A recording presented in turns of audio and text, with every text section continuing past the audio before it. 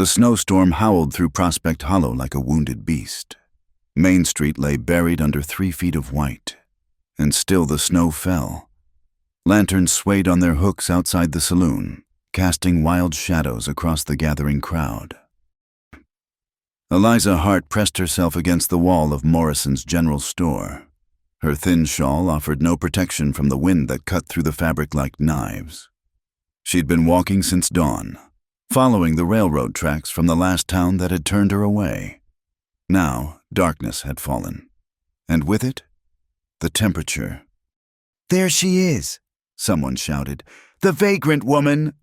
Faces turned toward her, hard faces, weathered by mountain winters and mountain ways. Men in heavy coats and women wrapped in wool emerged from doorways, forming a half-circle that trapped her against the storefront. Sheriff Jed Pike pushed through the crowd. His badge caught the lantern light as he stopped 10 feet from Eliza. Ice crystals clung to his gray mustache. "Ma'am, you can't stay here," Pike said. His voice carried the authority of a man who'd never been questioned. "Prospect Hollow's got no room for drifters." Eliza straightened her shoulders. The movement sent snow cascading from her dark hair. "I'm not asking for charity, just shelter from the storm. Plenty of shelter in the next town." Pike's hand rested on his pistol. 20 miles east." 20 miles, her voice cracked. in this weather? A woman in the crowd snorted. Should have thought of that before coming here. Others murmured agreement. Eliza recognized the tone she'd heard it in a dozen towns before this one. They saw her rounded figure, her worn dress, the hunger in her eyes, and decided she didn't belong. "I can work," Eliza said. "I can clean, cook." "We've got all the help we need." Pike cut her off. "Best you move along." The wind picked up, driving snow sideways across the street. Eliza clutched the small cloth bag that held everything she owned, her mother's hymnal, a broken comb, 2 apples she'd found by the tracks. "Please," the word came out as a whisper. Pike stepped forward. "Don't make this difficult." That's when the crowd parted. A man emerged from the darkness beyond the lantern light. He moved with the sure stride of someone who'd walked these mountains long before there was a town to walk through. Buffalo hide coat swept nearly to his boots. Dark hair hung past his collar, and his face bore the permanent squint of a man who'd spent years reading weather and tracks. His boots struck the wooden boardwalk with measured thuds. The crowd fell silent. Calder Holt had come to town.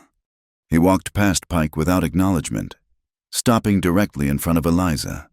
For a long moment, he studied her face. She met his gaze, too cold and tired to look away. Then Calder turned to face the crowd. When he spoke, his voice carried despite the wind. "She belongs in my bed, not in the streets." The words hung in the frozen air. Someone gasped. A few men exchanged glances. Sheriff Pike's face darkened. "Holt," Pike said, "this isn't your concern." Calder ignored him. He shrugged off his buffalo coat and draped it around Eliza's shoulders. The weight of it nearly buckled her knees. It smelled of wood smoke and pine. "The law says I can claim responsibility for her," Calder said, still addressing the crowd. "Unless someone here wants to challenge that right." Mountain law, unwritten but understood. A man could vouch for another person, take them under his protection.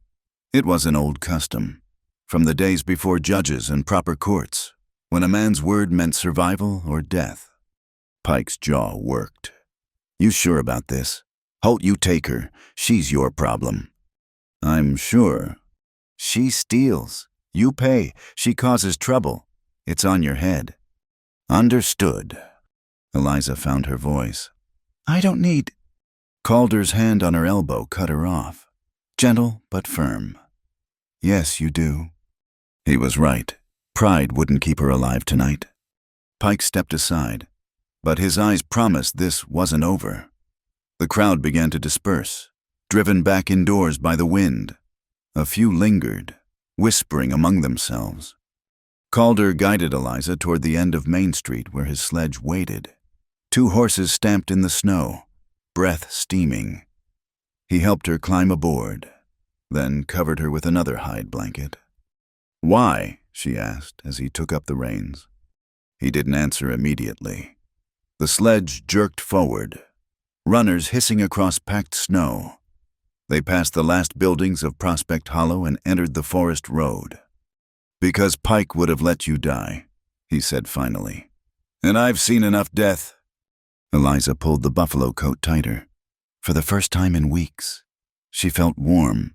"I meant what you said about belonging in your bed. Only words that would make them listen." He kept his eyes on the trail. "I've got a cabin. 1 bed, 1 floor. You'll take the bed, I'll take the floor. I could have made it to the next town." "No, you couldn't." They rode in silence after that. Snow fell steadily, muffling the world. Pine branches bent low under white weight. Somewhere in the darkness, an owl called. Eliza dozed despite herself, jerking awake when the sledge stopped. Through the snow, she saw a low structure built into the mountainside. Smoke rose from a stone chimney. Calder helped her down, supporting her when her legs wobbled. The cabin door was thick oak, hung on iron hinges. Inside, warmth hit her like a physical thing. The space was small but clean. A stone fireplace dominated one wall. Shelves held preserves, dried meat, sacks of flour. A narrow bed occupied one corner. Tools hung from pegs, axes, traps, rifles. Calder added wood to the fire. "Coffee." Eliza nodded, still standing near the door. "Sit," he said. "You're safe here." She sank into the chair by the fire. Her feet throbbed as feeling returned. Calder moved around the cabin with economic motions, heating coffee, slicing bread. "I don't even know your name," Eliza said. "Calder Holt." He handed her a tin cup. The coffee was black and bitter and perfect. "Eliza Hart." He nodded as if he'd expected nothing less. "You running from something or toward something?" "Both. Neither." She wrapped her hands around the warm cup. "My father died. The bank took everything. Said there were debts." "There always are." "I thought I could start over, find work in a mining town.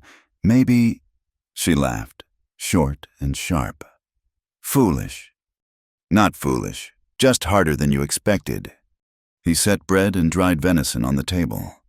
Eliza forced herself to eat slowly, though her stomach demanded she wolf it down. "I'll work for my keep," she said between bites. "We'll see." "I mean it. I won't be a burden." Calder studied her across the table. "You always this stubborn." "When I need to be." "Good. You'll need it out here." He stood, pulling blankets from a trunk. "Bed's yours. There's a shirt of my sister's in that drawer if you want something dry." "Your sister?" "Dead, 5 winters back." He said it matter of fact, the way mountain people spoke of death. "Fever took her." "I'm sorry." He shrugged. "Life out here takes more than it gives. Best to accept that early." Eliza changed behind the blanket he'd hung for privacy. The shirt was wool, soft from years of wearing. It hung loose on her frame but felt like luxury after weeks in the same dress. When she emerged, Calder had made his bed by the fire of bearskin and wool blankets. He'd removed his boots, but nothing else. "Thank you," Eliza said. He grunted, already settling in. "Get some sleep. Storm'll last through tomorrow at least." She climbed into the narrow bed. The mattress was straw, but felt like clouds. Outside, wind rattled the shutters. The fire popped and hissed. "What you said in town," she began. "Just words. Still, people will talk. Let them." His voice came drowsy from the floor. "Talk's cheap. Survival isn't." Eliza stared at the ceiling beams. For weeks she'd slept in barns, under bridges, in abandoned sheds. Always cold, always afraid. Now she lay warm and fed in a stranger's bed while he slept on his own floor to preserve her dignity. "Calder." A grunt.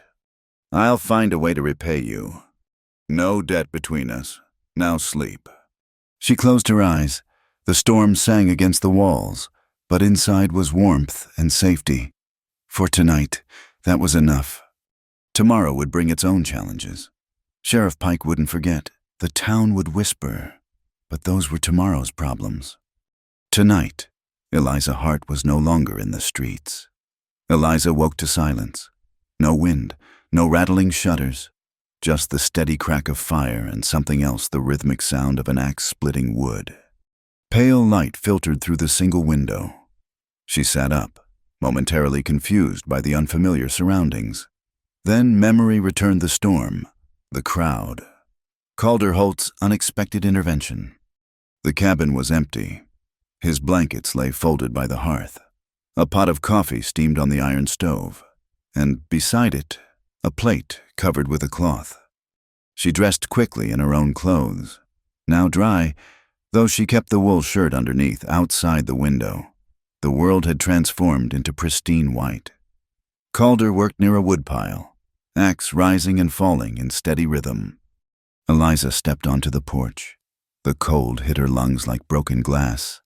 "Morning," she called. Calder paused mid-swing. "Coffee's ready. Food, too." "I could have made breakfast." "You were sleeping." He split another log.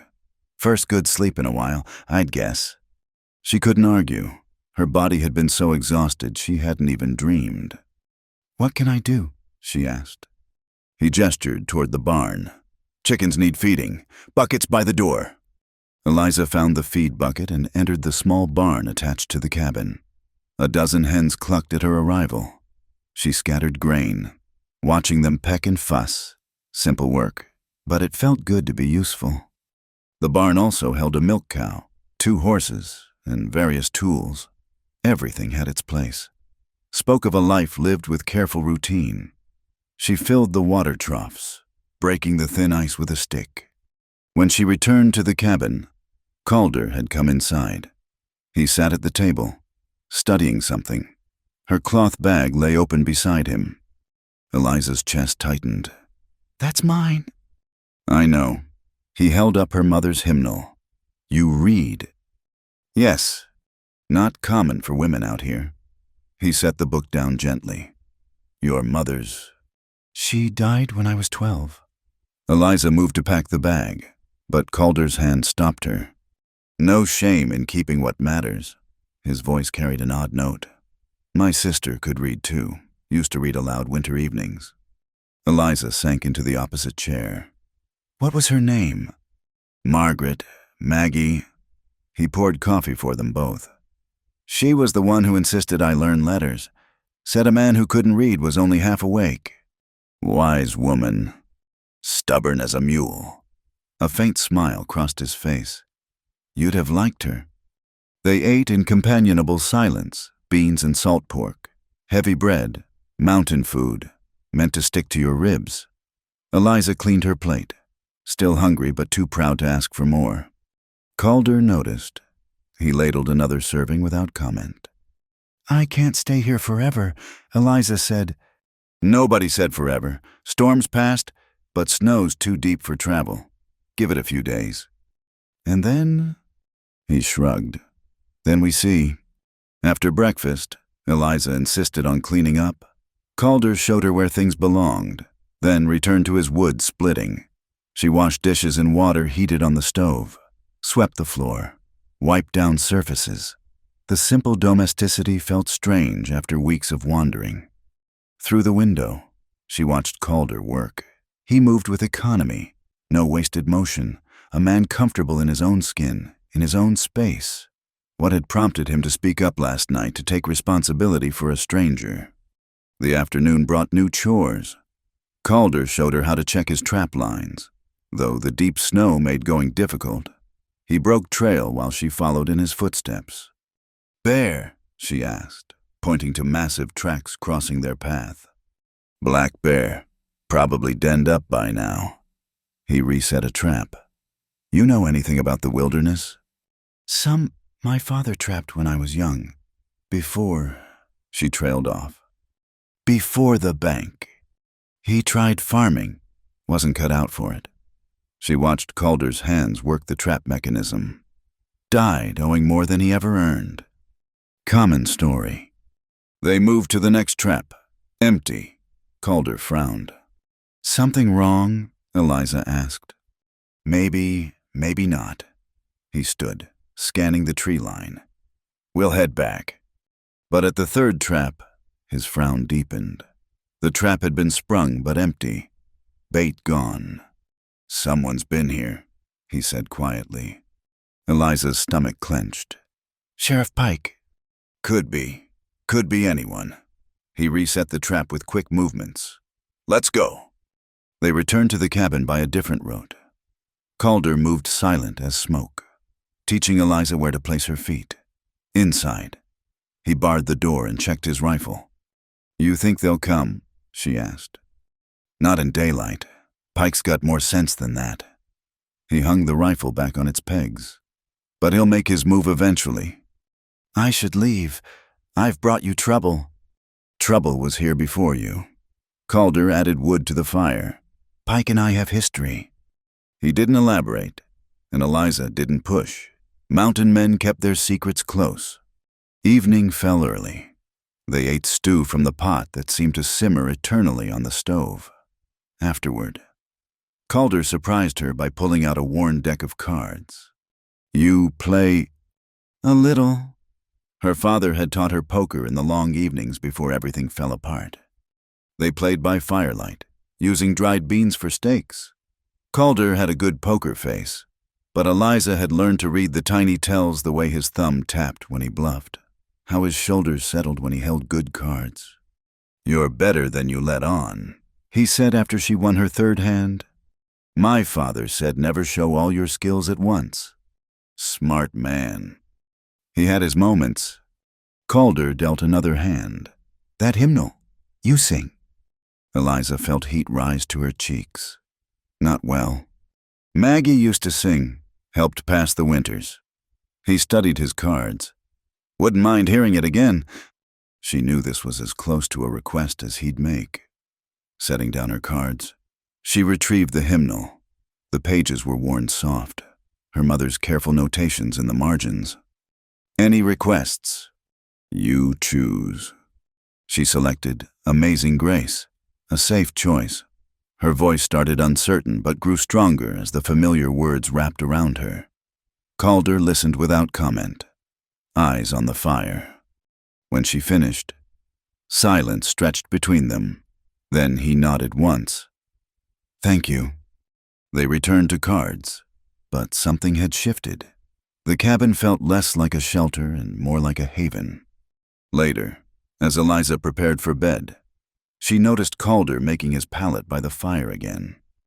This is your home, she said. You should have your bed. I have slept on harder ground than this. Still, Miss Hart. He looked up at her. I brought you here. That means something. Means you're under my protection. Part of that protection is making sure you're comfortable and safe. So you'll take the bed, and I'll take the floor, and we won't discuss it again. The formality of Miss Hart after a day of easy companionship struck her, but she recognized the tone this wasn't negotiable. Yes, sir, she said softly. His face softened slightly. Just Calder, no sir needed. She climbed into bed, pulling the quilts to her chin. The fire cast dancing shadows on the walls. Outside, an owl hooted. Calder. What you said about Pike, your history. He was quiet so long she thought he wouldn't answer. Then, his brother died on my watch. 5 years back, hunting accident, but Pike never believed it. Was it an accident? Yes, my fault also, yes. He shifted on his makeshift bed. Man died because I made a bad call. Pike's got right to his anger, but not to harassment. Maybe not. Justice out here isn't always clean. Eliza thought about that, about the weight of old guilts and mountain feuds, about how one moment's decision could echo through years. For what it's worth, she said, I'm grateful. For last night, for today. No need for gratitude. just doing what's right. But Eliza knew better. She'd seen plenty of people turn away from what was right when it cost them something. Calder Holt had taken a stand, knowing it would bring complications. Sleep came easier tonight. Her belly was full, her body warm. For the first time in months, she felt safe, not just from the cold or hunger, but from the crushing loneliness that had been her constant companion. Tomorrow would bring new challenges. The snow would settle, decisions would need making. But tonight, in this simple cabin with its steady fire and silent guardian, Eliza Hart had found something she'd thought lost forever. A place to rest, a moment to breathe, and maybe, just maybe, a reason to hope. 3 days passed in quiet routine. Eliza had fallen into the rhythm of cabin life, morning coffee, feeding chickens, helping with chores. The snow had begun to settle, creating a hard crust that would soon allow for travel. On the 4th morning, Calder was repairing a harness when Eliza's cloth bag tipped from the shelf where she'd placed it. Contents scattered across the floor, the hymnal, the broken comb, and a folded paper yellowed with age. "Sorry," she said, rushing to gather everything. But Calder had already picked up the paper. His forehead creased as he studied it. "This is a water survey map." Eliza's hand stilled. "It was my father's. Worthless now." "May I?" He didn't wait for permission. Carefully unfolding the document, his expression grew more serious with each second. "This shows Blue Willow Spring. A mud puddle. According to the bank, they said the claim was never properly filed." Calder spread the map on the table, weighing the corners with cups. His finger traced the boundary lines. "This is Jacob Hart's signature." "My father, yes. And this seal, that's Judge Morrison's mark? From before he died." Calder looked up sharply. "Miss Hart, this is a legal water claim. Do you understand what that means?" "The bank said—" "Forget what the bank said." His voice carried urgency. "Water rights in these mountains are worth more than gold claims. Blue Willow Spring feeds half the valley below. Whoever controls it controls everything farming, mining operations, settlements." Eliza sank into a chair.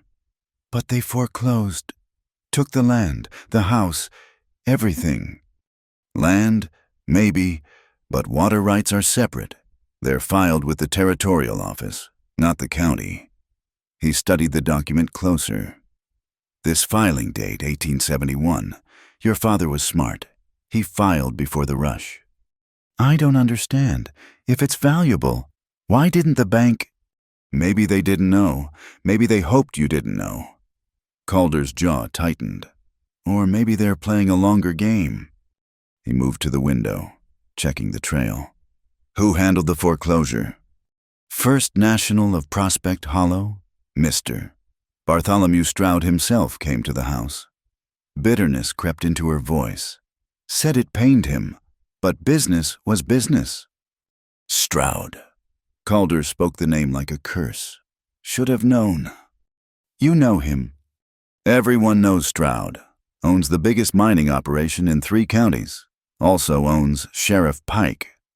The pieces clicked together in Eliza's mind. "He wants the water. Has to have it. His new mine shaft goes right under Blue Willow. Without water rights, he's got nothing but a very expensive hole." Eliza stared at the map.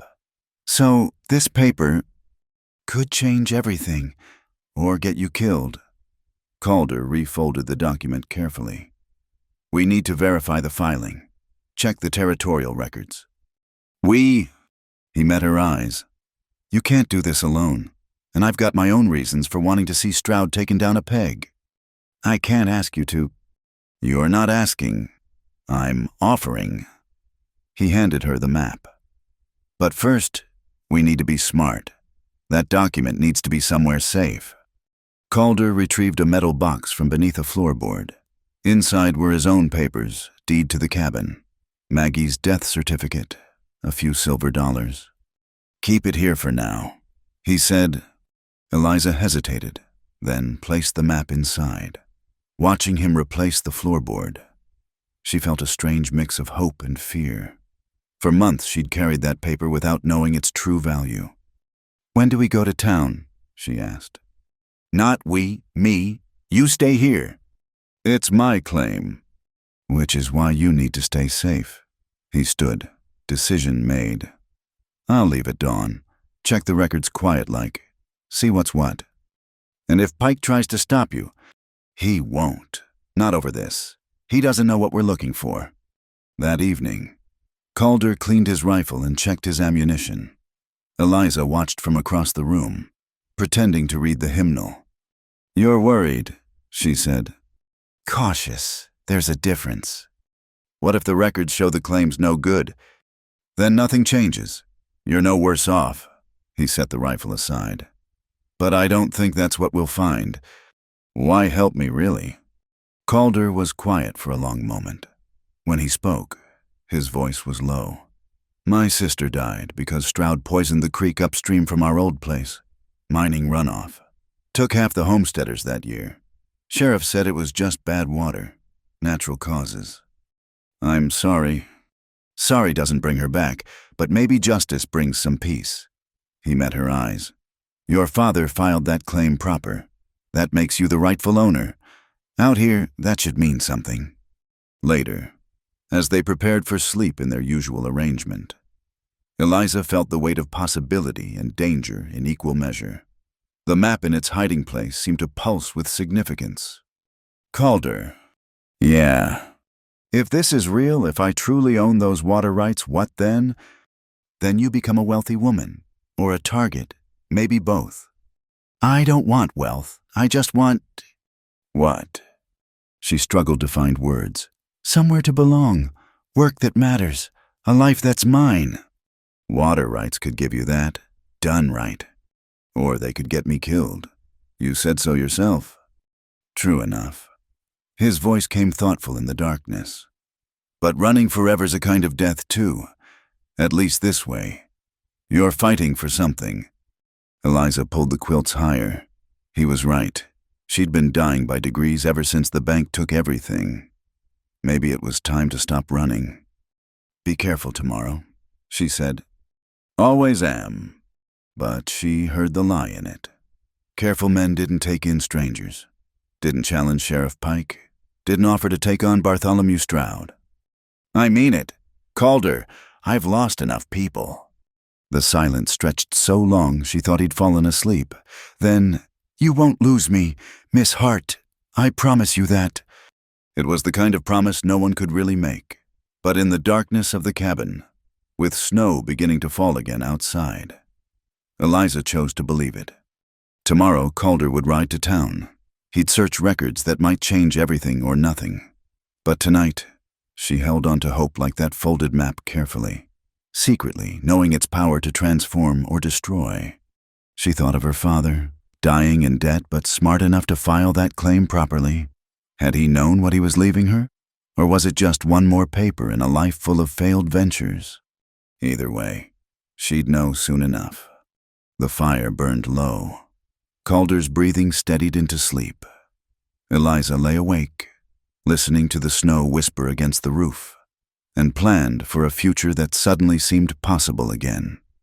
Blue Willow Spring. Even the name sounded like hope. If the claim was real, she'd need to be strong enough to hold it, strong enough to face down Stroud and Pike and anyone else who tried to take it. But first, Calder had to come back safe from town. Everything depended on that. She closed her eyes and did something she hadn't done since her father's funeral. She prayed, not for wealth or ease, but for justice, for the chance to build something lasting, and for the man sleeping by the fire, who'd offered his help without asking anything in return. Calder left before dawn, taking one of the horses and leaving strict instructions. "Keep the door barred. Don't go past the woodpile. If anyone came calling, don't answer." Eliza watched from the window until he disappeared into the tree line. The day stretched empty before her. She fed the chickens, tended the fire, tried to read the hymnal, but concentration eluded her. Every sound made her jump, snow sliding from the roof, a branch cracking under its white burden. By noon, She'd cleaned the already spotless cabin twice. The waiting gnawed at her. What if Pike arrested him? What if Stroud's men were watching the courthouse? Late afternoon brought the sound she'd been dreading and hoping for horse hooves on the packed snow. She peered through the window. Calder, alone, riding steady. Relief flooded through her as she unbarred the door. His expression stopped her celebration cold. What happened? He dismounted, leading the horse to the barn. Let me tend to Duchess first, then we'll talk. The 10 minutes he spent with the horse felt like hours. When he finally entered the cabin, snow dusted his shoulders. He went straight to the coffee pot. The claim is real, he said without preamble. Filed properly, recorded in the territorial books. Your father did everything right. But, she heard it in his voice. But there's another entry, 2 years later, says the claim was abandoned, reverted to public land. He met her eyes. Same handwriting as the original entry, but different ink. And guess who was acting as recording clerk that month? Pike. Before he was sheriff, back when he was just Stroud's errand boy. Calder pulled out a folded paper. I paid for a certified copy of both entries. Cost me most of my silver, but we needed proof. Eliza studied the documents. There it was, her father's careful signature, the original filing, and below it, the false entry claiming abandonment. They forged it, she breathed. Looks that way, but proving it's another matter. Calder warmed his hands by the fire. There's more. I stopped by Hiram Ellery's place on the way back. His farm borders Blue Willow. And Stroud's been buying up every piece of land around the spring, offering 3 times value. Those who won't sell have been having accidents, barn fires, cattle disappearing. He's isolating the water source. Smart woman. Calder poured coffee. Hiram's holding out, but he's scared. Said if you truly have claim to Blue Willow, half the valley would stand with you. They're tired of Stroud's stranglehold. Eliza sank into a chair. So what do we do? We need the territorial judge to review the claim. Judge Albright rides circuit. Won't be back for 2 weeks. Calder's expression darkened. That's a long time for Stroud to cause trouble once he knows what we're doing. He already knows. He must. Why else the forgery? Maybe. Or maybe Pike did it on his own, hoping to curry favor. He sat across from her. Either way, filing a challenge will bring it all into the open. I'm ready for that. Are you really? His gaze was steady. Because once we file, there's no going back. Stroud will come at you with everything he's got, legal means and otherwise. Eliza thought of all the nights sleeping cold, all the towns that had turned her away, all the dignity stripped from her piece by piece. I'm tired of running, tired of being nobody. If this claim is my birthright, then I'll fight for it.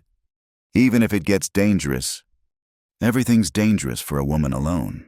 At least this danger has a purpose. Calder nodded slowly. All right then.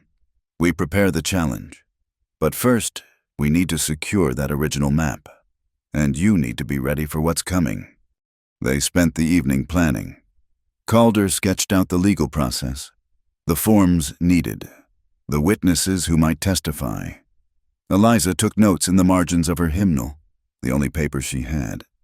Hiram will speak for you. Calder said, maybe a few others if they find their courage, but most will wait to see which way the wind blows. And you, will you speak for me? I'll do more than speak. Something in his tone made her look up.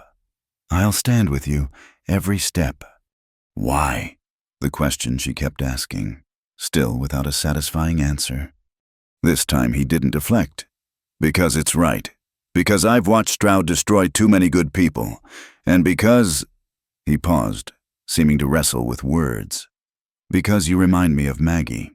Not in looks, but in spirit. She never backed down either. The comparison warmed Eliza more than the fire. Tell me about her. Not much to tell. She was younger, smarter, braver. Came out here with me after our parents died. Fever took them both one winter. He stared into his coffee. She made this place a home, planted flowers, of all things, in this climate. Did any grow? Some wildflowers mostly, hardy things. A ghost of a smile crossed his face. Like her. They sat in comfortable silence. Then Eliza asked, "What was she like, the real her, not just the sister you lost?" Calder considered. Stubborn. Lord, that girl was stubborn. Wouldn't wear proper mountain clothes. Insisted on keeping her town dresses. Read everything she could get her hands on. Wrote letters to newspapers back east about women's suffrage. Did they publish them? One did. She kept that clipping like it was gold. He rose, went to a shelf, pulled down a small wooden box. From it, he withdrew a yellowed newspaper cutting. Eliza read the letter to the editor. Signed Margaret Holt. It argued eloquently for women's right to vote, to own property, to make their own choices. "She would have loved your fight," Calder said quietly. "A woman claiming what's hers by right, standing up to powerful men. It's everything she believed in." "I wish I could have met her." "Me too." He returned the clipping to its box with careful hands. "She'd have liked you. Would have insisted on teaching you to shoot. Probably. Said every woman should know how to defend herself." "Did she know how?" "Better than me. Could knock a tin can off a fence at 50 yards. Pride colored his voice. "I keep her rifle oiled, even though." "Would you teach me?" Calder looked surprised. "To shoot? You said things might get dangerous. I should be prepared." He nodded slowly. "Tomorrow, if the weather holds, start with the basics." They turned in earlier than usual, both aware that their quiet routine was about to shatter. As Eliza lay in bed, she thought about Margaret Holt, writing letters to distant newspapers from this remote cabin, fighting for women's rights with words when she couldn't fight with votes. Calder. That copy from the courthouse. You said it cost most of your silver." "Worth it." "I'll pay you back when this is settled." "No need." "There's every need. I won't be beholden." She heard him shift on his makeshift bed. "You're not beholden. Partners don't keep accounts like that." "Partners." The word hung in the darkness between them. "Is that what we are? If you'll have me, this fight's too big for one person. And I've got my own scores with Stroud." His voice dropped. "But it's your claim, your choice." Eliza stared at the ceiling beams, thinking of her father's shaking hands as he signed that water claim, thinking of Margaret Holt's fierce words in newsprint, thinking of the man who slept on his own floor to preserve her dignity, who'd spent his silver on her cause without being asked. "Partners," she agreed. Outside, wind picked up, rattling the shutters, storm coming. But inside the cabin, something had shifted, solidified, no longer just shelter from the cold, but a base of operations, a place to stand and fight. Tomorrow she'd learn to shoot. Soon they'd file the legal challenge, Stroud would respond, Pike would threaten, the whole careful balance of power in Prospect Hollow would tremble. But tonight, she had an ally, a partner, someone who believed her claim was worth fighting for. Eliza fell asleep holding onto that word partners like a promise of spring in the depths of winter. The knock came at dawn, sharp and urgent. Calder was already reaching for his rifle when a woman's voice called out. "Mr. Holt, please, I need help." Eliza recognized the voice, Mrs. Donnelly from the mining camp. Calder peered through the window, then unbarred the door. The woman stumbled in, her face bruised purple along one cheekbone. "Alice, what happened?" Eliza guided her to a chair. "My Tom. He wouldn't sign Stroud's paper. They came last night." She broke into sobs. Calder knelt beside her. "Where's Tom now?" "Doc Harmon's. They beat him something awful. Said next time they'd burn us out." She clutched Eliza's hands. "Is it true, what folks are saying, that you've got claim to Blue Willow?" Eliza glanced at Calder. He nodded slightly. "It's true," she said. "My father filed the claim in '71.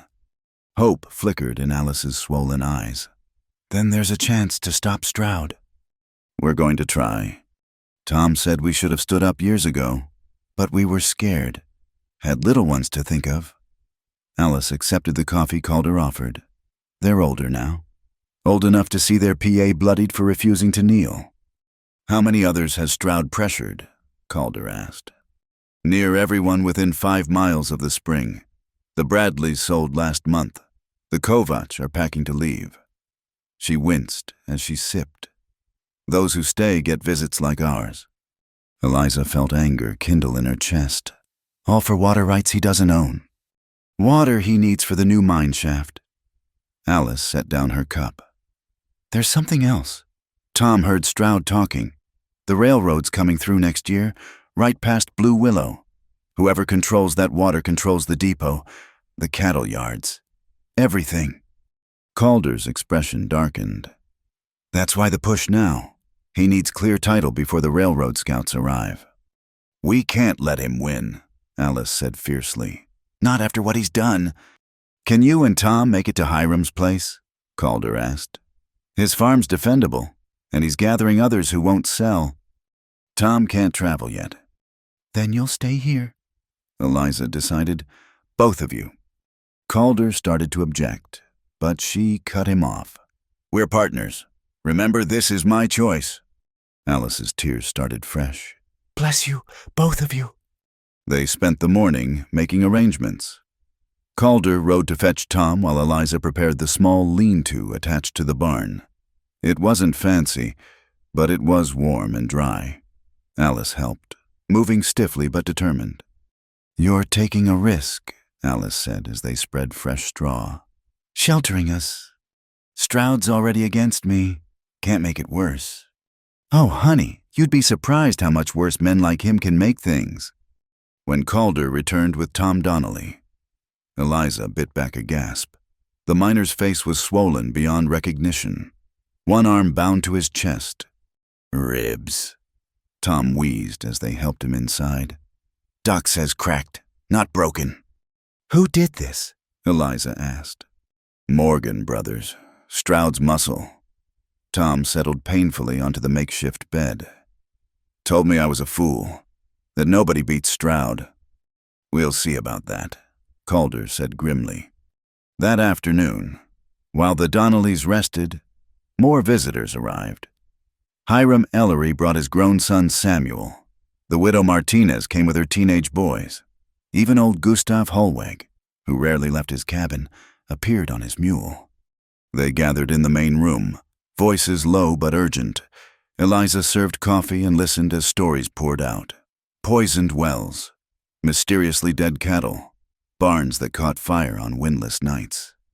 20 years this has gone on, Gustav said, his German accent thick with emotion. 20 years we take it because what else to do, but if this young lady has true claim. Show them, Calder said to Eliza. She retrieved the original map and the courthouse copies. The room fell silent as the documents passed from hand to hand. Mein Gott, Gustav breathed, is real. Real enough for Judge Albright, Calder confirmed. When he returns. That's 2 weeks, Samuel Ellery said. Lot can happen in 2 weeks. Which is why we stand together, his father added. Safety in numbers. And if Stroud sends the Morgan brothers? Widow Martinez asked. What then? Then we defend ourselves, Eliza said quietly. All eyes turned to her. My father taught me something. He said the law's only as strong as those willing to enforce it. Well, the law says Blue Willow is mine. If Stroud wants to break the law, we make it costly. Tom Donnelly laughed, then groaned at the pain it caused. Lady's got spine. I like it. Plans formed quickly.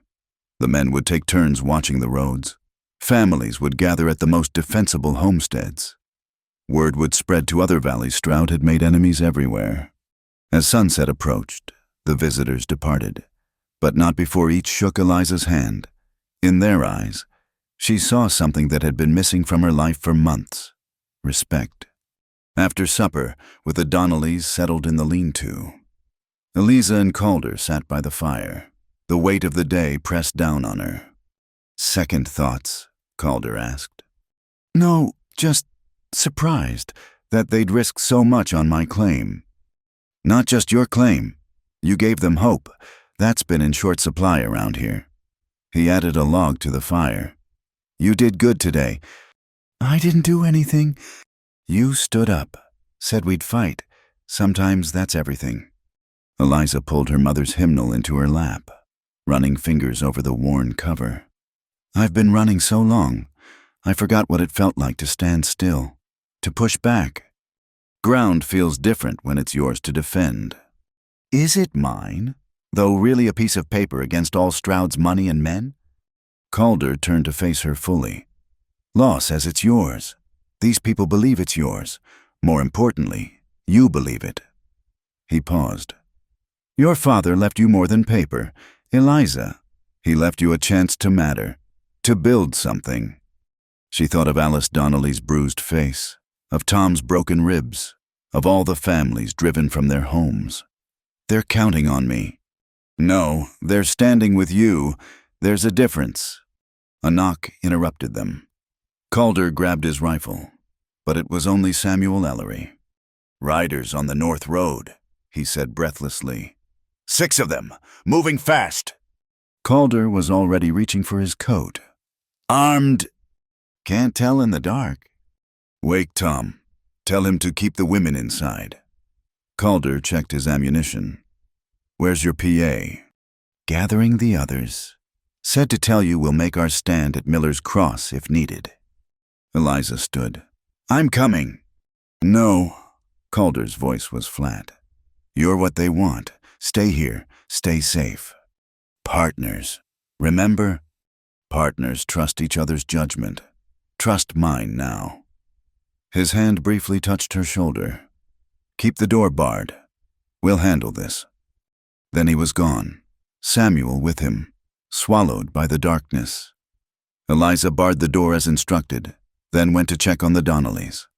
Alice was awake, clutching an old shotgun. "Tom's sleeping," she whispered. "Medicine from Doc Harmon. Good. He needs rest." Eliza sat beside her. "Calder and the others will handle whatever's coming." "You trust him that much? You've only known him a week." Eliza considered. "He's kept every promise he's made. That's more than most." "Tom says Calder's the best shot in 3 counties. Says he once saw him drop a buck at 200 yards in a snowstorm." Alice shifted the shotgun. "Still, 6 riders." They waited in tense silence. Outside, wind howled through the pines. Every sound might be hoofbeats, every shadow a threat. Then, distant but clear, came the crack of gunfire. Once, twice. Silence. More shots. Rapid now. Eliza's hands clenched the hymnal. "They're at Miller's Cross," Alice said. "Half-mile north." The shooting stopped. The silence that followed was worse than the gunfire. Eliza paced, fighting the urge to grab Maggie's rifle and run toward the sound. An hour passed, then hoofbeats. Coming fast, Eliza peered through the window. Calder, riding hard, alone. She threw open the door. "What happened?" "Morgan, brothers, and friends." He dismounted, favoring his left arm. Blood seeped through his coat sleeve. "We convinced them to reconsider." "You're hurt." "Scratch. They got worse." He met her eyes. "Nobody died, but a few won't be riding for a while. Samuel's a better shot than his PA gives him credit for." Inside, Eliza helped him remove his coat. The bullet had grazed his upper arm. Painful, but not serious. She cleaned and bandaged it while he reported. They expected easy pickings, farmers with pitchforks. Instead, they got a dozen men who've been preparing for this day. He winced as she tied off the bandage. "They'll be back, but not tonight, and next time Stroud will send more men." "Then we'd better be ready." Calder studied her face. "No second thoughts. This is just the beginning." Eliza thought of her father, dying believing he'd left her nothing, of her mother's hymnal, carried through years of hardship, of Margaret Holt's newspaper clipping. proclaiming women's right to stand equal with men. "No second thoughts," she said firmly. "Let them come." The night stayed quiet after the skirmish, but nobody slept easy. Eliza dozed in the chair by the fire, Maggie's rifle across her lap. Calder kept watch despite his wounded arm, moving between windows like a restless ghost. Dawn brought no relief. The morning sky hung low and gray, promising more snow. Eliza was feeding the chickens when she heard hoofbeats, many of them, approaching fast. "Inside!" Calder commanded, already at the door with his rifle. Through the window, Eliza counted 15 riders. Sheriff Pike led them, his star glinting despite the overcast. Behind him rode the Morgan brothers, bandaged but armed. The rest were hired guns, faces hard as winter ground. They stopped just outside rifle range. Pike rode forward alone, hands visible. "Halt," he called. "We need to talk." "Talk from there," Calder replied through the cracked door. "Got a warrant. That woman's wanted for theft and fraud. Claims she's got papers belonging to Mr. Stroud." "The papers belong to me," Eliza called out, "filed by my father in 71. Pike spat tobacco juice. "Judge says different. You come peaceful. Nobody gets hurt." "Which judge?" Calder demanded. "Albright's not due back for days. Emergency injunction from Judge Craddock over in Silver Falls. All legal and proper." Pike waved a document. "You harboring a fugitive. Holt. That's jail time." Eliza felt the trap closing. Craddock was Stroud's cousin by marriage. Everyone knew it. But legal was legal, even if it was crooked legal. "Give us an hour," Calder said. "Need to tend to things here." Pike's smile was cold. 15 minutes, then we come in." The riders backed off slightly, forming a loose circle around the cabin. Calder barred the door and turned to Eliza. "Cellar," he said simply. "I won't hide while you—" "Not hiding, buying time." He was already moving, pulling up the boards concealing the root cellar. "There's a tunnel, leads to the old mine shaft. Maggie and I dug it after the first winter, in case of Indian raids." Tom Donnelly limped in from the lean-to, Alice supporting him. "We heard. What's the plan?" "You 3 take the tunnel. Come out behind Sentinel Rock. Samuel Ellery's watching that road. He'll get you to Hiram's place." "And you," Eliza demanded. "I'll delay them. Give you time to reach friends." He pressed the courthouse documents into her hands. "Keep these safe. They're more important than—" "No," Eliza's voice cut sharp. "We're partners. I won't run while you face them alone." "Eliza." "She's right," Tom interrupted. "They'll burn the place whether you surrender or fight. Better to make a stand together." Alice nodded grimly. "I didn't survive 20 years in mining camps to run from hired thugs." Calder looked between them, then at the door. Time was running short. "Calder," Eliza said softly. "This is my fight. Let me fight it."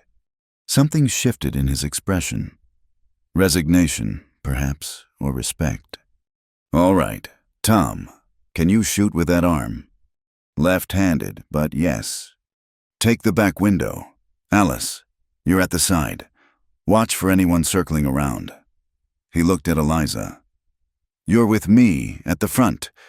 Do exactly as I say." They took positions. Through the shutters, Eliza saw Pike checking his pocket watch. The other riders had dismounted, spreading out. "Time's up. Halt," Pike called. "The woman stays here," Calder shouted back. "You want her? Come get her." Pike's face darkened. He turned to his men, gesturing. 3 riders remounted, circling toward the back of the cabin. "Here they come," Tom muttered. "Wait," Calder commanded. "Let them commit." The circling riders split up, 1 heading for the barn, 2 for the cabin's rear. At the front, Pike and the others advanced on foot, using their horses for cover. "Pike," Calder called. "Last chance. Right away." Can't do that. Holt, Mr. Stroud wants this settled. Then Stroud should have come himself instead of sending boys to do man's work. One of the Morgan brothers snarled and raised his rifle. Calder's shot took his hat off before he could aim. The man dove for cover. Everything erupted at once. Gunfire cracked from 3 directions. Windows shattered. Bullets thudded into the log walls. Alice's shotgun boomed, followed by a yelp from outside. "They're trying to fire the barn," Tom shouted. Eliza spun, seeing smoke rising. The chickens squawked in panic. Without thinking, she burst out the side door. "Eliza, no," Calder's voice behind her. She ran low. Maggie's rifle clutched tight. A man stood by the barn with a torch, grinning as flames licked the old wood. Eliza raised the rifle, remembered Calder's lessons, squeezed the trigger. The shot went wide, but close enough. The man dropped his torch and scrambled for cover. Eliza grabbed a water bucket, dousing the flames before they could spread. More gunshots. Someone screamed. She turned to see Calder on the porch, rifle smoking. One of Pike's men lay writhing in the snow. Inside, Calder roared. She ran. Bullets chased her, splintering wood.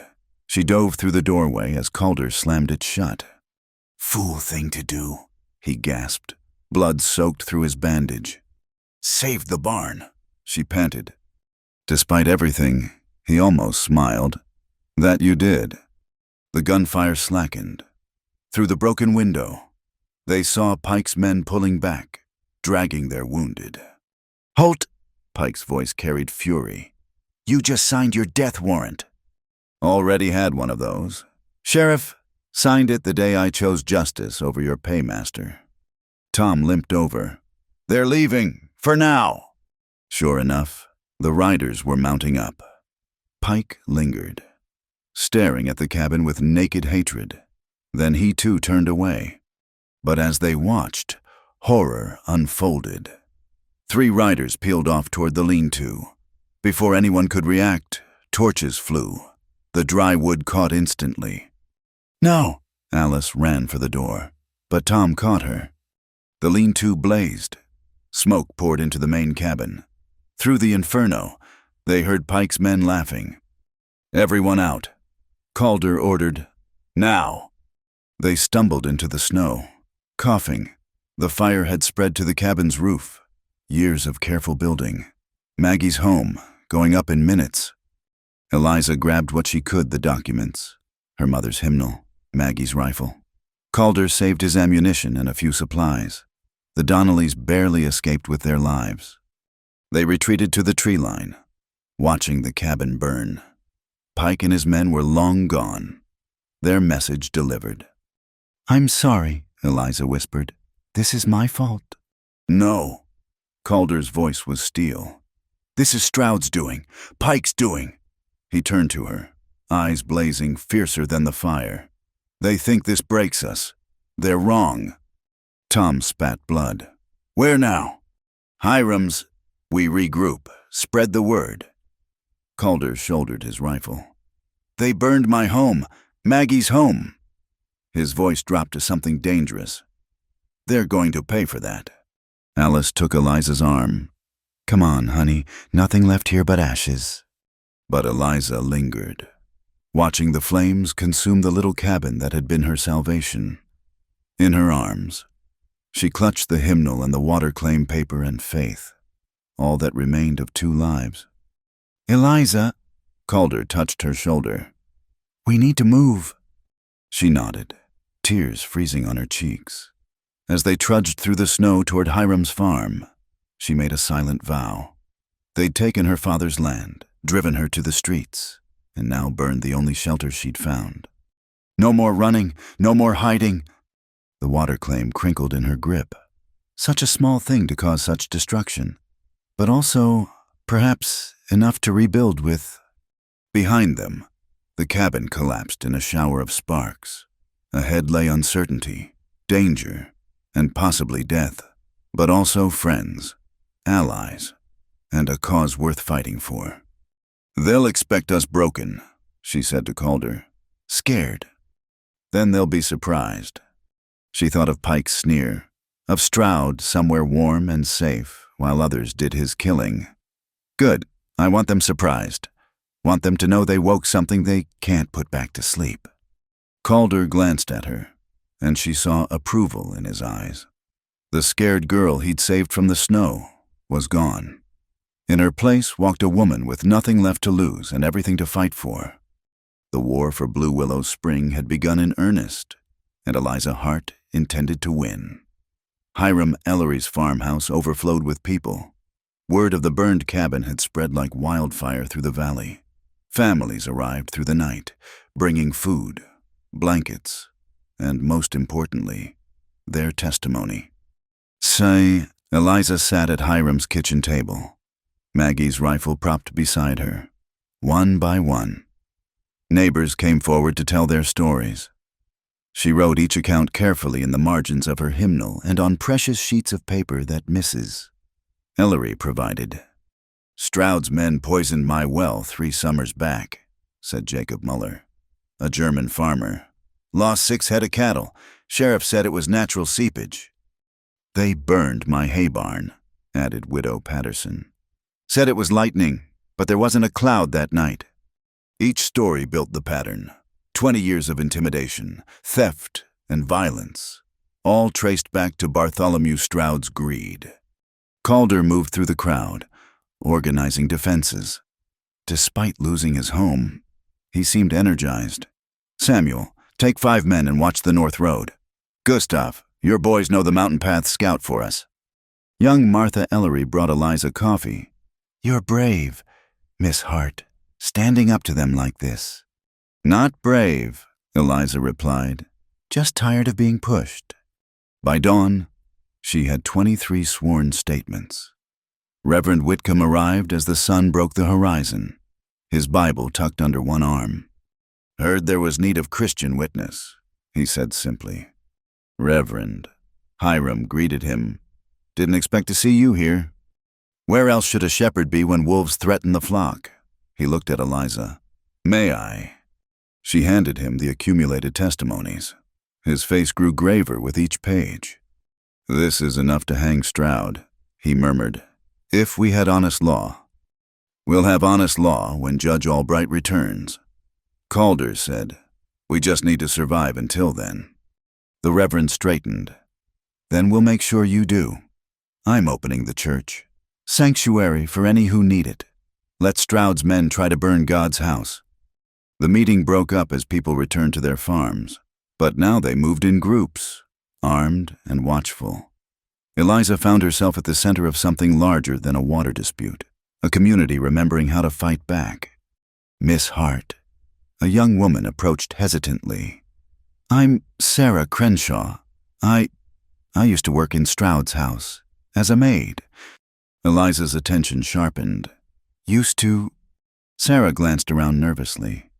He dismissed me last month, said I asked too many questions, but I saw things, heard things. Calder appeared at Eliza's shoulder. What kind of things? Papers, letters from railroad men, maps with marks all around Blue Willow. Sarah twisted her hands. And something else. The night before your father died, Miss Hart Stroud had visitors, men from the bank. Eliza's blood chilled. My father died of fever. Maybe so, but I heard Stroud say, Hart won't be a problem much longer. Next week, your PA was dead. The kitchen fell silent. Eliza felt Calder's hand on her shoulder, steadying. Would you swear to this? Eliza asked quietly. Before a judge. Sarah lifted her chin. I would. He ruined my reputation when he dismissed me. Called me a thief, but I never stole nothing except the truth. Eliza added Sarah's testimony to the others. The pile of evidence grew damning, but would it be enough? That afternoon, she stood before the assembled crowd in Hiram's barn. Nearly 50 people had gathered, farmers, miners, shopkeepers who'd slipped away from town. Even Doc Harmon was there, bag at his feet.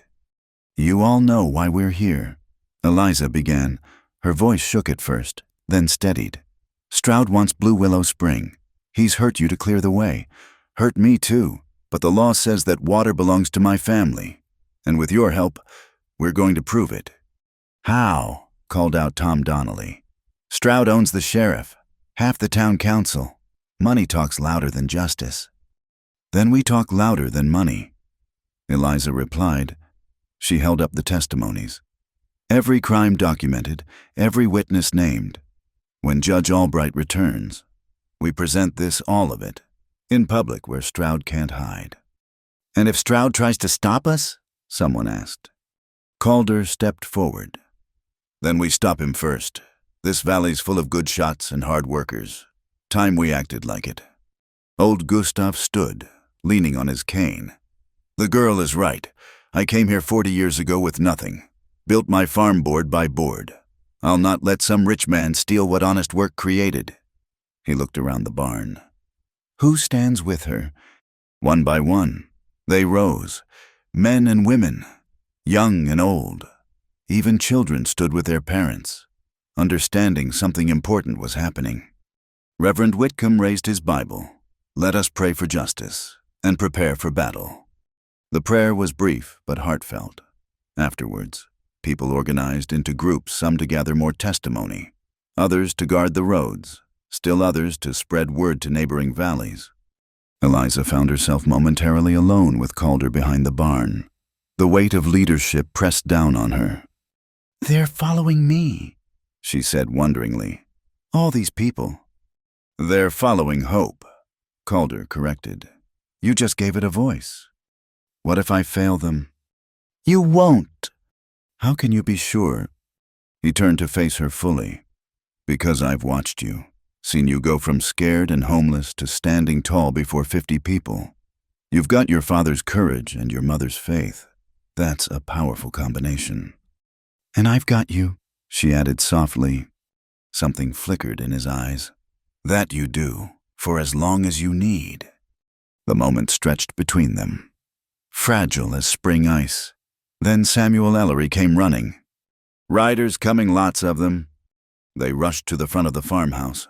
A dust cloud rose from the main road, too many horses to count. But as the riders grew closer, Eliza gasped.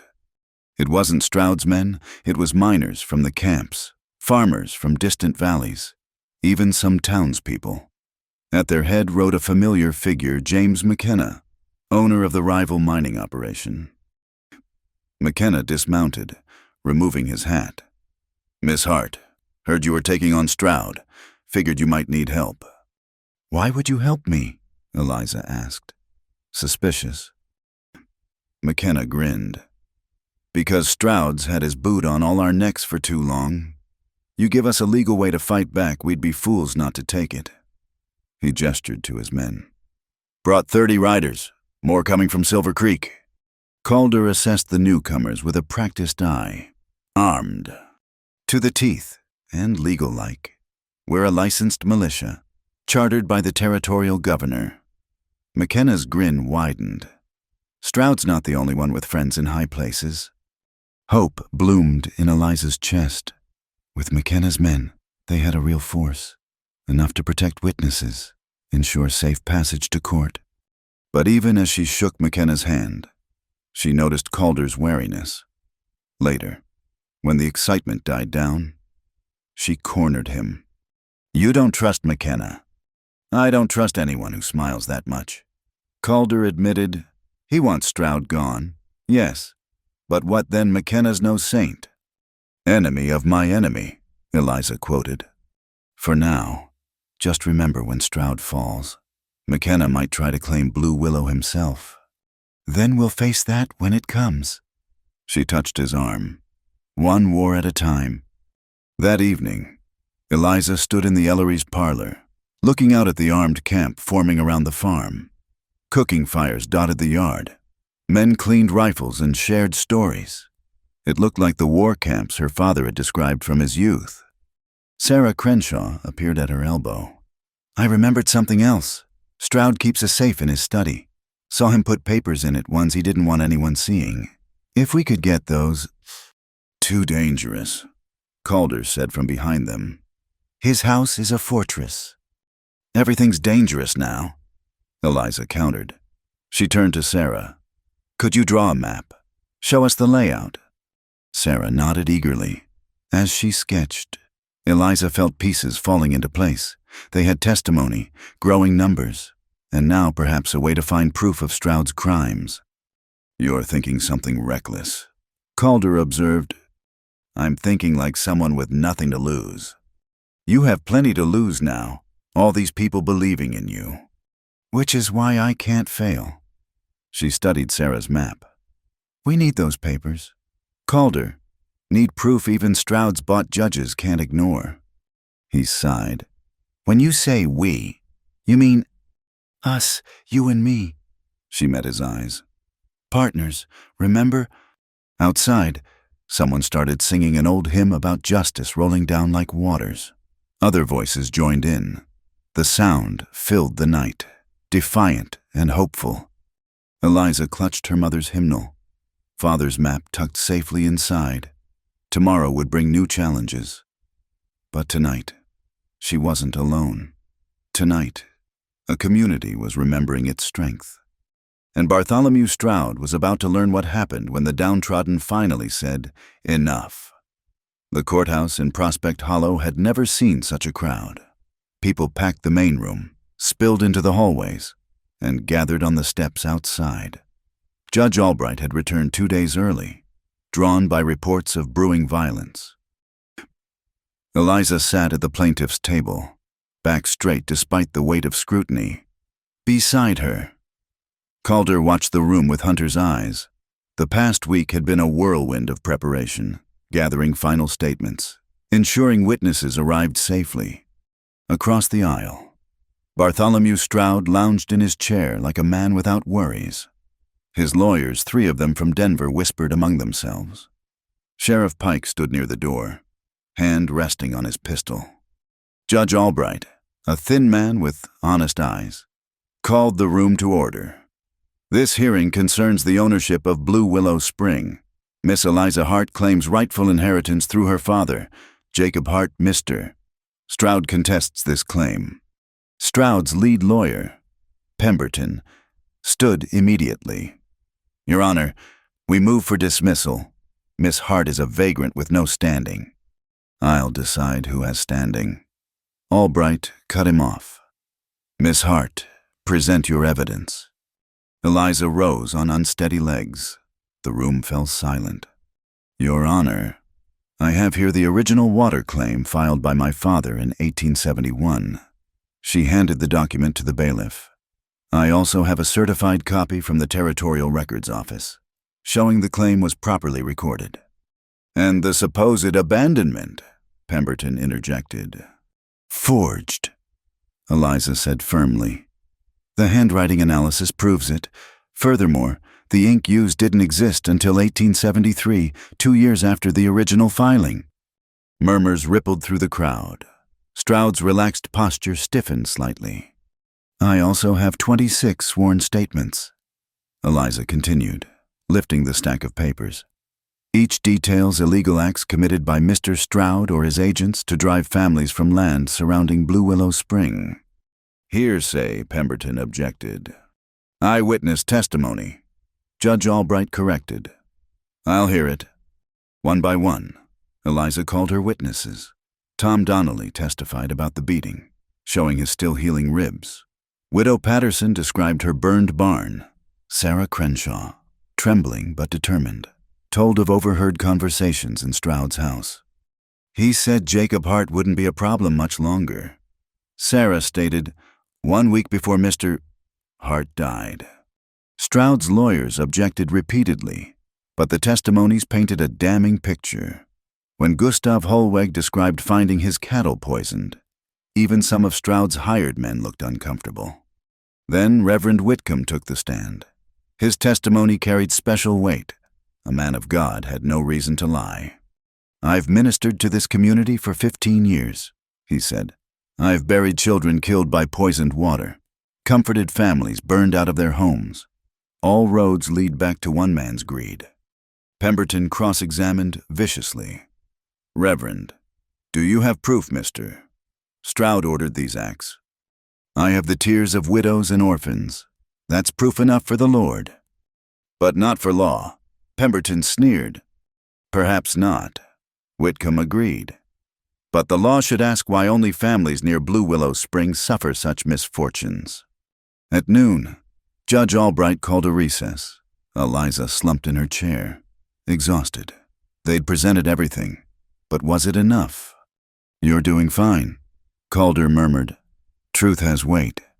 So does money, she replied, watching Stroud's lawyers confer. Outside, she found the crowd had grown. Miners, farmers, townspeople all waiting to see if justice could prevail.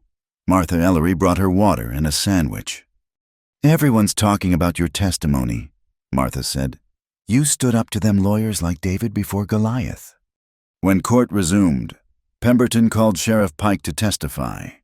Miss Hart is a troublemaker, Pike stated, incited violence against peaceful citizens attempting to serve legal papers. You burned my home, Eliza burst out. Order, Albright banged his gavel. You'll have your chance to respond, Miss Hart. Pike continued his lies smoothly, painting Eliza as a dangerous radical. But when Calder's turn came to testify, he systematically destroyed Pike's version. I was there, Calder said simply. Pike's men threw torches. We defended ourselves. Any man would do the same. You're biased. Pemberton accused, sweet on the girl, aren't you? Calder's jaw tightened. My feelings aren't on trial. The facts are Pike burned my cabin on Stroud's orders. Prove it. Common sense proves it. Who else benefits? The afternoon wore on.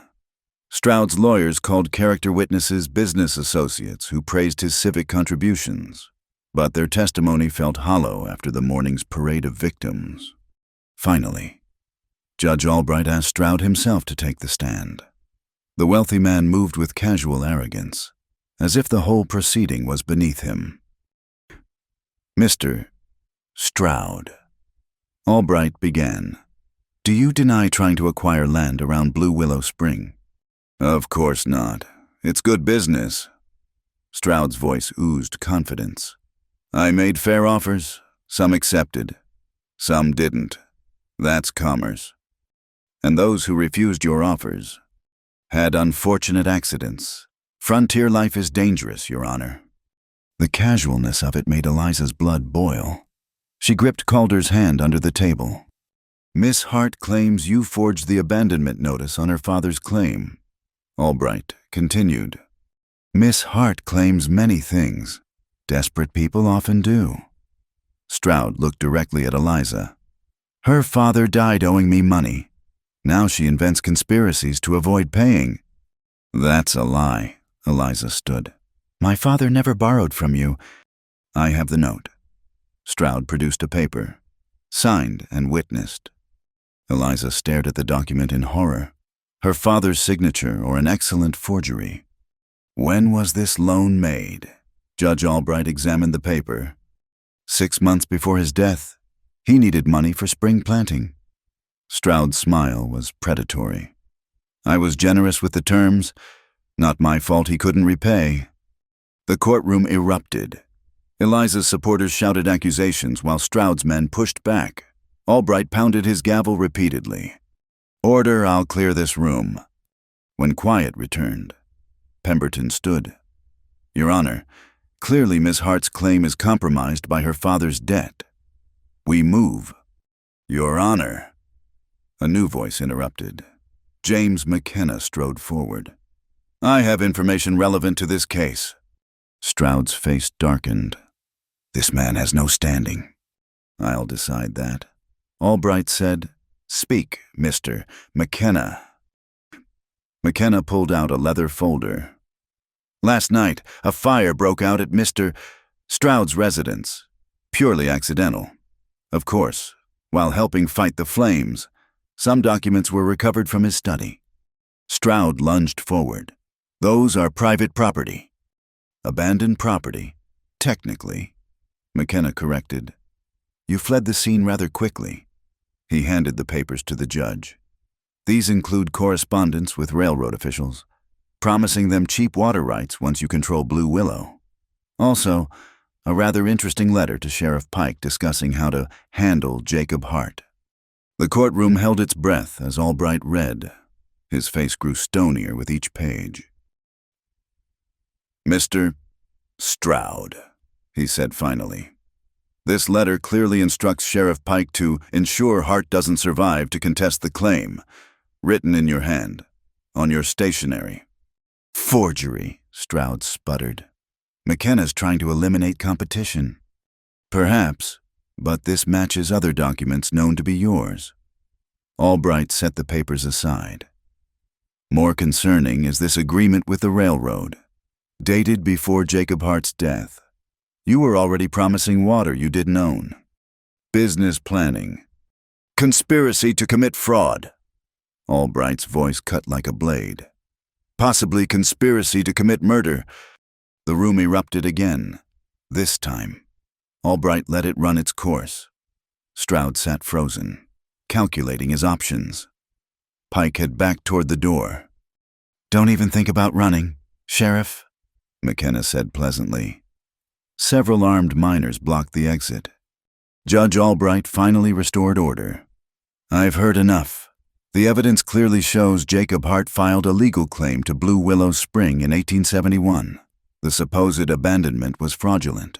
Therefore, ownership passes to his daughter, Eliza Hart." Cheers shook the rafters. Eliza felt her knees buckle. Calder caught her, his arm strung around her waist.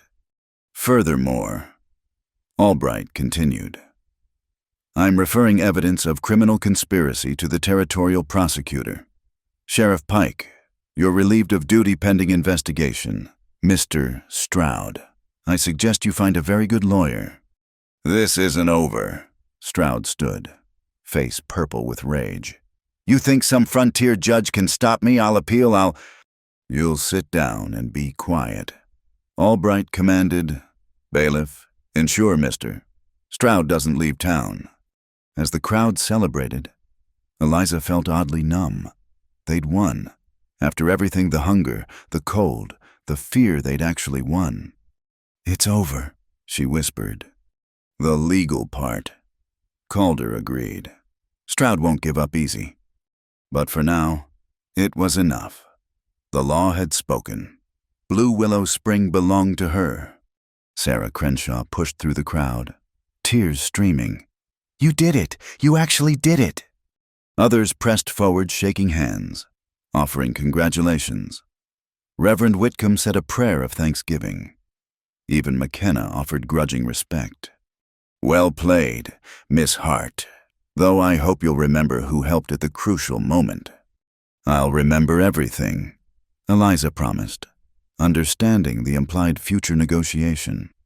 As they finally left the courthouse, sunset painted the mountains gold. The crowd had moved to the street. Someone had brought out a fiddle, and impromptu celebration began. "What now?" Eliza asked Calder. "Now you rebuild your land, your life, your future." He paused. "Your choice what part I play in that." She looked at him, this man who'd taken her in, stood by her, lost his home for her cause. "I thought we were partners." "In the fight, yes, but the fight's done." "Is it?" She gestured to where Stroud was being escorted to jail. "You said yourself, he won't give up. And even if he does, there's McKenna to watch, the railroad to negotiate with, a whole valley to provide water for. Sounds like you'll be busy." Too busy for one person. She took his hand, there in front of everyone. "I need someone who knows these mountains, someone I trust, someone who believes in building something better." Calder studied her face. "That's a long-term proposition." "I'm thinking long-term." She squeezed his hand. "Partners." This time his smile was full. "Partners." The celebration swirled around them as night fell on Prospect Hollow. Tomorrow would bring new challenges, legal appeals, reconstruction, the delicate work of building a fair water system. But tonight, Eliza Hart stood on her own land, surrounded by friends, hand in hand with a man worth keeping. The scared, hungry girl who'd been driven into the snow was gone. In her place stood a woman who'd fought the powerful and won. The morning of the final hearing dawned clear and cold. Judge Albright had spent 3 days reviewing evidence, interviewing witnesses, and examining law books. Now the entire town gathered to hear his decision. Eliza wore her best dress, actually. Mrs. Ellery's best dress, altered to fit. Calder stood beside her in his one good shirt.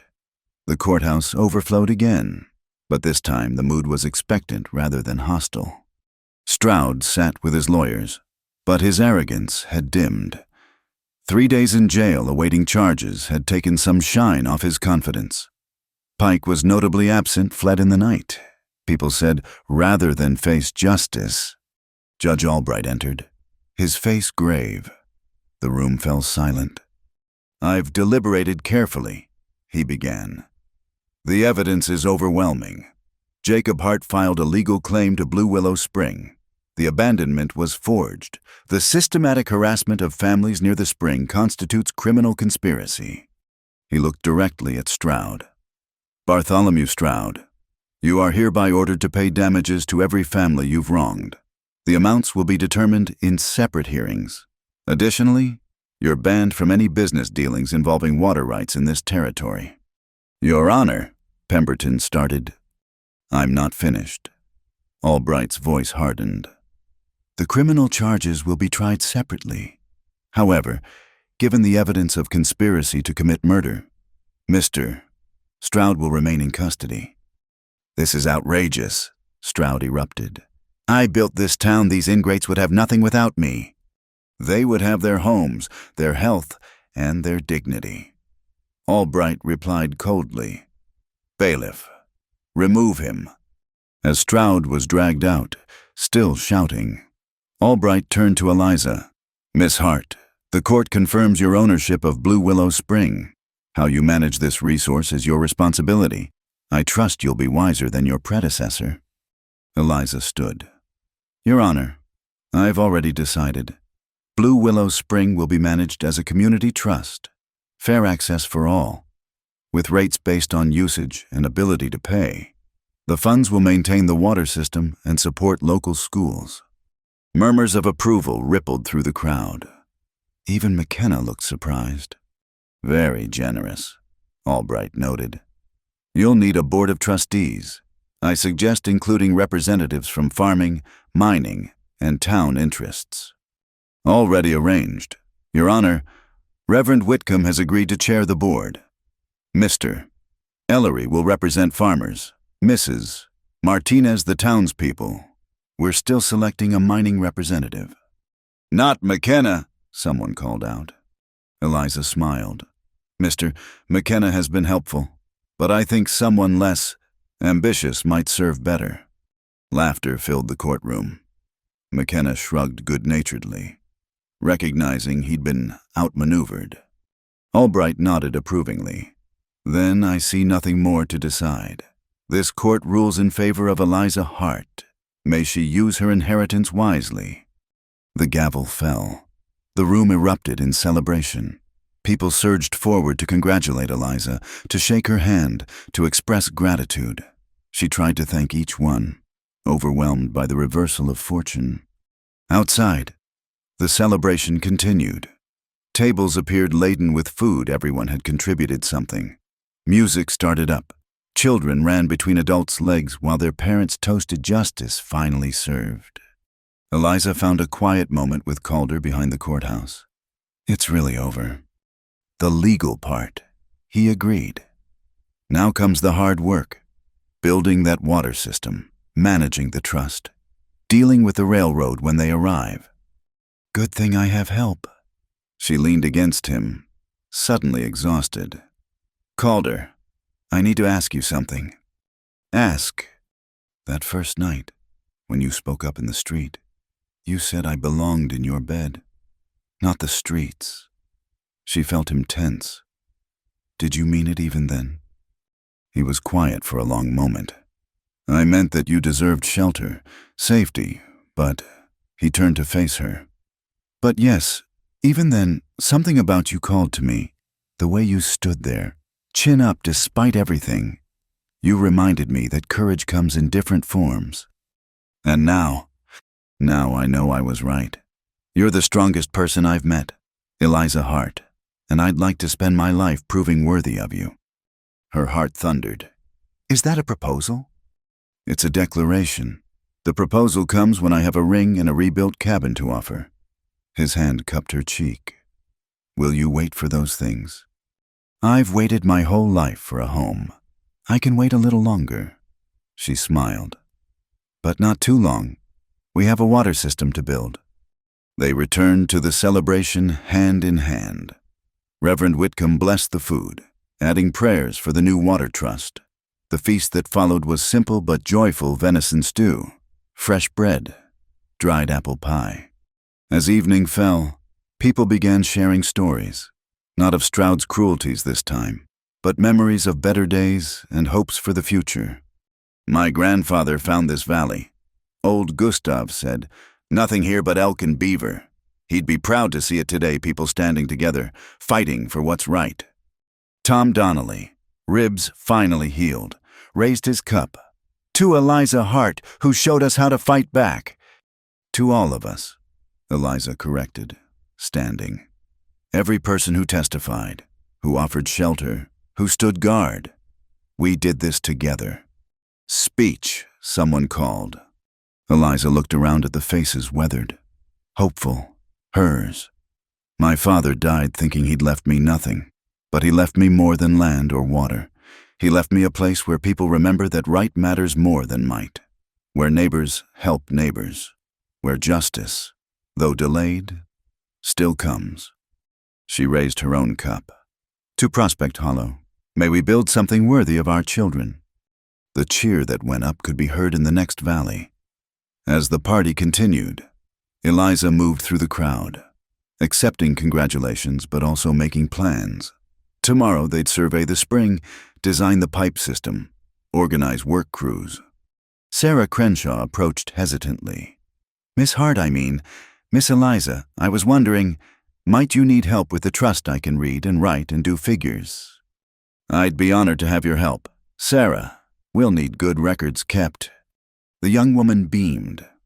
Another life changed by the day's events. Near midnight, as the celebration wound down, Eliza stood with Calder overlooking the valley. Moonlight silvered the mountains. Somewhere below, Blue Willow Spring bubbled up from the earth, patient and eternal. My father would have loved this, she said softly. Seeing his water claim become something for everyone. He'd be proud of you. I hope so. She leaned into Calder's warmth. What would Maggie think about all this? She'd say it's about time someone put Stroud in his place, and she'd like you, would probably insist on teaching you to shoot better. You've been teaching me. Not the same. Maggie had a way of explaining things, made everything clear. He smiled at the memory. She'd have organized this water trust in half the time, with twice the efficiency. Then I'll try to honor her memory by doing it right. They stood in comfortable silence, watching clouds drift across the moon. The future stretched before them challenges. Certainly, but also possibilities. Will you help me survey the spring tomorrow? Eliza asked. Tomorrow and every day after. Calder pulled her closer. Partners. Remember? Partners. She agreed. The next morning came early and bright, true to his word. Calder was ready with surveying equipment borrowed from the land office. Hiram Ellery brought a crew of men eager to start planning the water system. Standing at Blue Willow Spring, watching clear water bubble up from the depths, Eliza felt the weight of responsibility.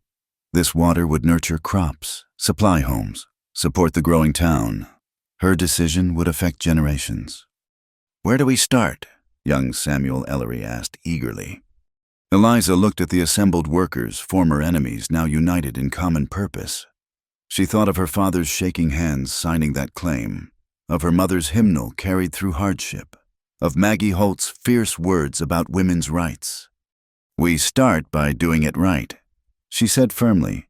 Measure twice, dig once, This water system will last 100 years if we build it proper. The men nodded approval. Work began immediately, surveying, planning, calculating. By noon, they had the beginnings of a design that would serve the entire valley fairly. Reverend Whitcomb arrived with the newly formed trust board. The territorial governor sent congratulations, he announced. And a warning. The railroad representatives will arrive within the month. Then we'd better be ready. Eliza replied, "They'll deal with the legal owner and a functioning water system, not the chaos they expected." Stroud was counting on that chaos. "Mrs. Martinez observed. Thought he'd swoop in as the only option. Instead, he'll watch from a jail cell while we build something better." Eliza couldn't help the satisfaction in her voice. As the sun set on her first day as owner of Blue Willow Spring, Eliza Hart stood surrounded by friends and neighbors, plans spreading across makeshift tables, hope flowing as freely as the water itself. The scared girl driven into the snow was gone forever. In her place stood a woman who'd claimed her birthright and chosen to share it. The water would flow for all, just as justice had finally flowed into Prospect Hollow. Tomorrow would bring more work, but tonight, as Calder took her hand and led her to the small cabin the community had already started building for them, Eliza knew she was exactly where she belonged. Home. The word tasted sweeter than spring water. Spring arrived early that year, as if nature itself celebrated the changes in Prospect Hollow. The wooden pipes from Blue Willow Spring stretched across the valley like veins of life, carrying clear water to farms and homes that had struggled for generations. Eliza stood at the dedication ceremony, wearing a simple blue dress that matched the sky. Beside her, Calder looked uncomfortable in his new suit but proud. The whole valley had gathered to see the water flow for the first time through the completed system. 3 months. Reverend Whitcomb marveled. "You built this in 3 months." "We built this," Eliza corrected. "Every family contributed labor, materials, knowledge. Even the children helped." Little Martha Ellery beamed at the mention. She'd spent weeks helping to map the pipe routes, her careful drawings now framed in the new trust office. "Ladies and gentlemen," Eliza addressed the crowd. "Today we turn the valve on more than water. We open the flow of prosperity, of fairness, of community strength." She nodded to Calder, who worked the main valve. Water rushed through the pipes, gurgling and singing. At farms across the valley, families cheered as clean water poured from their new taps. "My corn will grow tall this year," Hiram Ellery said, eyes moist with more than joy. "Mrs. Martinez wept openly. No more hauling buckets for miles. My daughters can go to school instead." The railroad representatives had arrived the previous week, expecting to negotiate with Stroud or chaos. Instead, they found a functioning water system and a community-run trust with fair, posted rates. "Most efficient operation we've seen," the lead negotiator had admitted. "The railroad will be pleased to work with you." Now, as the celebration continued, Eliza found herself pulled aside by Sarah Crenshaw. The young woman had blossomed as trust secretary, her meticulous records keeping everything transparent. "There's something you should see," Sarah said, producing a letter. "From the territorial capital." Eliza read quickly, then gasped. "They're commending us. The governor wants to use our trust as a model for other communities." "That's not all. Look at the second page." It was a certificate, ornate and official. Eliza Hart was invited to address the territorial legislature about water rights and community management. "They want to hear how we did it," Sarah said excitedly. "How we beat Stroud and built something better." Across the crowd, Eliza caught Calder's eye. He'd seen her expression and moved toward them, concern on his face. "Good news," she assured him, sharing the letter. He read it, then smiled that rare, full smile that transformed his weathered features. "You'll go. We'll go. Partners. Remember." Speaking of which, Calder reached into his pocket. I was waiting for the right moment. The small box he produced drew Sarah's gasp. Inside, A simple gold ring caught the sunlight. It was Maggie's, Calder said quietly. She'd want you to have it. Want us to be happy. Eliza felt tears start. Around them, the crowd had noticed and was falling silent, watching. Eliza Hart, Calder continued, dropping to one knee right there in the muddy spring field. You brought justice to this valley, brought hope to people who'd forgotten its taste, brought light back into my life. Will you marry me? Yes, she said, not trusting more words. The cheer that went up scattered birds from 3 counties. As Calder slipped the ring on her finger, Reverend Whitcomb stepped forward. Might as well make it official while we're all here, he suggested with a grin. And so, beside the first valve of the Blue Willow Spring water system, surrounded by the entire community, Eliza Hart became Eliza Holt. She wore a borrowed dress and mud-spattered boots. Calder's suit was already dusty from the morning's work. The wedding feast was potluck, spread on planks across sawhorses. It was perfect. As evening fell, the newlyweds walked to their new cabin built where Calder's old one had burned, but larger, with rooms for the children everyone assumed would come. The foundation stones included one from every family in the valley, mortared together like the community itself. From homeless to this, Eliza marveled, touching the solid walls. Sometimes I think I'll wake and find it all a dream. If it's a dream, we're all sharing it. Calder pulled her close. And I don't plan on waking. Inside, wedding gifts covered every surface: quilts, preserves, tools, dishes. On the mantel sat 3 precious items: Eliza's mother's hymnal, the framed water claim, and Maggie's newspaper clipping about women's rights. Past and future, Eliza murmured, touching each item. And present, Calder added, lighting the fire that would warm their first night as husband and wife. Later, as they sat in the 2 rocking chairs Gustav had carved for them, Eliza thought about the journey, from that terrible night when the crowd drove her into the snow, to this moment of perfect contentment. Do you think Stroud knows? She asked. In his cell. Does he know what we built? Let him know. Let him understand that his greed created its own downfall. Calder took her hand. If he hadn't pushed so hard, folks might have stayed quiet forever. And I'd have died in a snowbank. Never. I'd have found you anyway. His certainty warmed her more than the fire. A knock interrupted them. They found Tom and Alice Donnelly at the door with a late wedding gift, a painted sign reading, Blue Willow Water Trust E. Holt, Director. For your office in town, Alice explained. So everyone knows who brought the water.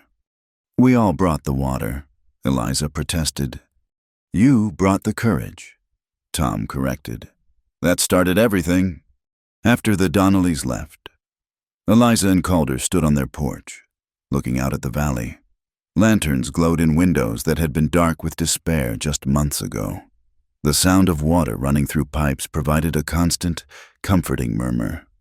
What now? Calder asked. You've got your water system, your justice, your community. What's next for Eliza Holt? She considered. The school needs expanding. The trust needs managing. The territorial legislature wants to hear our story. She smiled up at him. And I'd like to finally learn to shoot as well as Maggie did. That'll take years. Good thing we have them. As if in agreement, an owl called from the pines, the same sound that had punctuated her first night in Calder's cabin. But now it spoke of home rather than exile, of belonging rather than desperation. Inside, the fire crackled. Outside, the water flowed. And in the space between, 2 people who'd found each other in the darkest winter now faced spring together. The next morning brought the first travelers on the new road family seeking land near the reliable water source. Within a month, Prospect Hollow had grown by 1/3. The school did need expanding, and Eliza threw herself into the project with characteristic determination. You can't fix everything, Calder warned, watching her juggle trust business, school planning, and preparation for the territorial legislature. Not trying to fix everything, just the things I can reach. She paused in her work to kiss him. Besides, I have help. And she did. Sarah managed the trust office with increasing confidence. The board members each took on projects. Even McKenna, his ambitions tempered by respect, contributed to the school fund. When Eliza and Calder traveled to the territorial capital that summer, they carried with them more than just their story. They brought proof that communities could manage resources fairly, that justice delayed wasn't always justice denied, that sometimes the meek really did inherit the earth, or at least the water rights. The legislature listened raptly as Eliza told the tale. When she finished, the gallery erupted in applause. 3 territories would eventually adopt the Blue Willow model for community resource management. But those were tomorrow's victories. Tonight, in their cabin by the spring, Eliza Houltney Hart sat in a rocking chair, reading aloud from her mother's hymnal while Calder cleaned his rifle and Maggie's, which Eliza was finally learning to use properly. The words of the old hymns mixed with the sound of flowing water, creating a music of their own. Songs of justice and mercy, of valleys lifted up and rough places made smooth. You belong here, Calder said suddenly, echoing his words from that long-ago night but with new meaning. Here in this valley, this cabin, this life. We belong here, Eliza corrected. All of us, together. Outside, Blue Willow Spring bubbled up from the earth as it had for centuries, as it would for centuries more. But now its water flowed through pipes laid by cooperation, past fields tended with hope, into homes built on justice. The girl who'd been driven into the streets had found more than shelter. She had found purpose, love, and the power to transform a community's destiny. And in the process, she discovered that sometimes the greatest inheritance isn't what we're given, but what we choose to share. As the fire burned low and the stars wheeled overhead, Eliza closed the hymnal and took her husband's hand. Tomorrow would bring new challenges, it always did. But tonight, in this place they'd claimed and defended and opened to all, tonight was perfect. The water sang its endless song, and all was well in Prospect Hollow. Thank you so much for listening to this story. I'd love to know where you're enjoying this tale. Please share in the comments below where you're listening from so we can connect and share our thoughts together. If you enjoyed this story, please subscribe to Wild West Stories 1850. Give this video a like and hit that hype button to help more people discover this story. Your support means everything.